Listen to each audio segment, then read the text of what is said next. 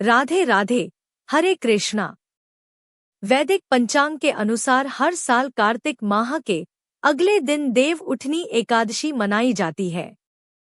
सभी एकादश में देव उठनी एकादशी का विशेष महत्व है, क्योंकि इसी दिन से अब तक 4 महीनों में रुके हुए सभी मांगलिक कार्य आरंभ हो जाते हैं, क्योंकि चातुर्मास की शुरुआत देवशयनी एकादशी से होती है और इसका समापन देव उठनी एकादशी पर होता है। देव उठनी एकादशी हरि प्रबोधनी एकादशी और देवोत्थान एकादशी के नाम से भी जाना जाता है। इस दिन भगवान श्री हरि अपनी 4 महीने की योग निद्रा का त्याग करते हैं और अपने भक्तों पर अपनी कृपा बरसाते हैं। देव उठान एकादशी के शुभ अवसर पर शाम के समय विधि विधान से भगवान श्री हरि की पूजा करके उन्हें योग निद्रा से जगाया जाता है। इस दौरान पूजा करते समय घंटे, शंख, घड़ियाल आदि बजाकर भगवान विष्णु को जगाने के साथ ही तुलसी माता का विवाह शालिग्राम भगवान जी के साथ किया जाता है। इस दिन तुलसी विवाह कराने से कन्या दान करने के जितने पुण्य की प्राप्ति होती है, चलिए आपको बताते हैं। साल 2024 में पवित्र देव उठान एकादशी कब है, कब से कब तक एकादशी और द्वादशी तिथि रहेगी, व्रत पारण करने का यानी व्रत खोलने का शुभ मुहूर्त क्या रहेगा और तुलसी विवाह का समय कब से कब तक रहेगा। देव उठान एकादशी के दिन से ही भीष्म पंचक व्रत भी प्रारंभ हो जाते हैं, जिन्हें पंच भीखों के नाम से भी जाना जाता है और पूरे 5 दिनों तक यह व्रत चलते हैं।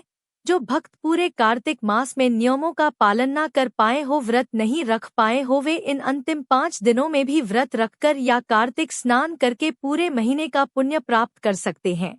इस बार तिथियों की घटप के कारण भीष्म पंचक व्रत कुछ कैलेंडर में 11 नवंबर से तो कुछ कैलेंडर में 12 नवंबर से शुरू होने की बात कही जा रही है। ऐसे में उदय तिथि के अनुसार तो 12 नवंबर से ही व्रत रखना ज्यादा सही रहेगा। इस बार कार्तिक शुक्ल एकादशी तिथि 11 नवंबर दिन सोमवार को शाम 6:47 से शुरू होगी और 12 नवंबर मंगलवार की शाम 4:05 पर समाप्त होगी। इस बार एकादशी के व्रत को लेकर कोई भी कंफ्यूजन नहीं है और इस बार केवल एक ही दिन यानी केवल 12 नवंबर मंगलवार को ही देव उठान एकादशी का व्रत रहेगा। द्वादशी तिथि प्रारंभ होगी 12 नवंबर मंगलवार की शाम 4:06 से और समाप्त होगी 13 नवंबर बुधवार की दोपहर 1:01 पर।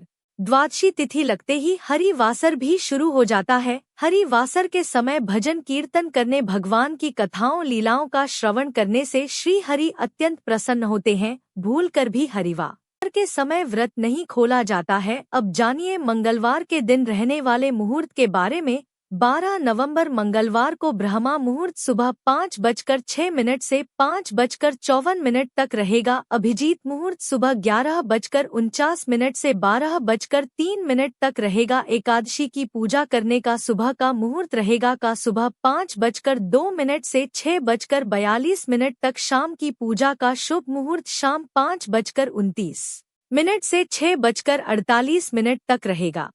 राहुकाल, जो कि अशुभ मुहूर्तों में गिना जाता है, दोपहर 3 बजे से शाम 4:30 बजे तक रहेगा।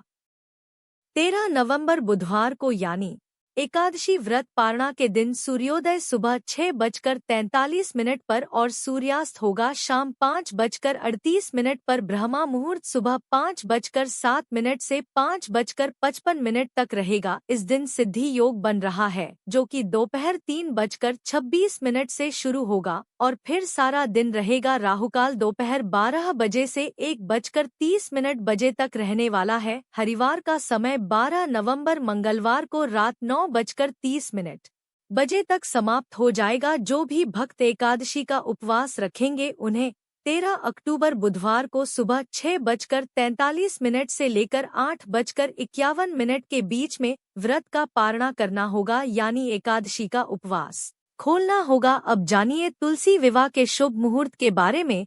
तो इस बार तुलसी विवाह 12 नवंबर मंगलवार के दिन किया जाएगा और विवाह का शुभ मुहूर्त रहेगा शाम 5:29 से लेकर 7:53 तक। देव उठान एकादशी की कथा के अनुसार एक बार एक राजा था जिसके राज्य में सभी लोगों को एकादशी व्रत के नियमों का पालन अनिवार्य रूप से करना था। एक अनजान व्यक्ति उस राजा के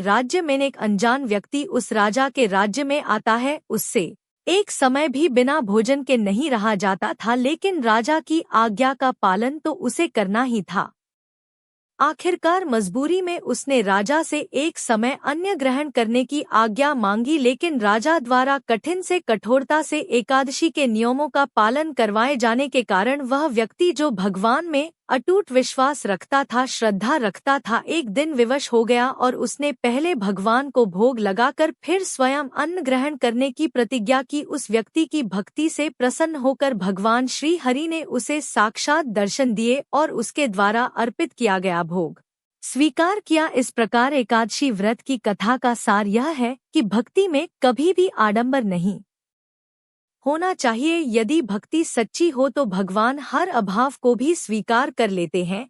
जैसे उस व्यक्ति के मन में भगवान के प्रति भक्ति थी, लेकिन वह भूखा नहीं रह सकता था, लेकिन बिना भगवान को भोग लगाए वह कभी अन्न ग्रहण नहीं करता था, तो उसकी भक्ति से भगवान प्रसन्न हुए। इसी प्रकार भक्तों को अपनी शारीरिक क्षमता को ध्यान में रखते हुए ही व्रत का पालन करना चाहिए, तभी व्रत का पूर्ण फल प्राप्त होता है। व्रत के नियमों का पालन करने वाले सभी भक्तों को दशमी तिथि के दिन तुलसी पत्ते तोड़कर तुलसी के पौधे में जल भी अर्पित करना चाहिए। फिर एकादशी के दिन विधि विधान से व्रत रखकर द्वादशी तिथि को शुभ मुहूर्त में व्रत का पारना करना चाहिए। यह थी आज की वीडियो। जानकारी अच्छी लगी हो तो वीडियो को लाइक जरूर कीजिएगा।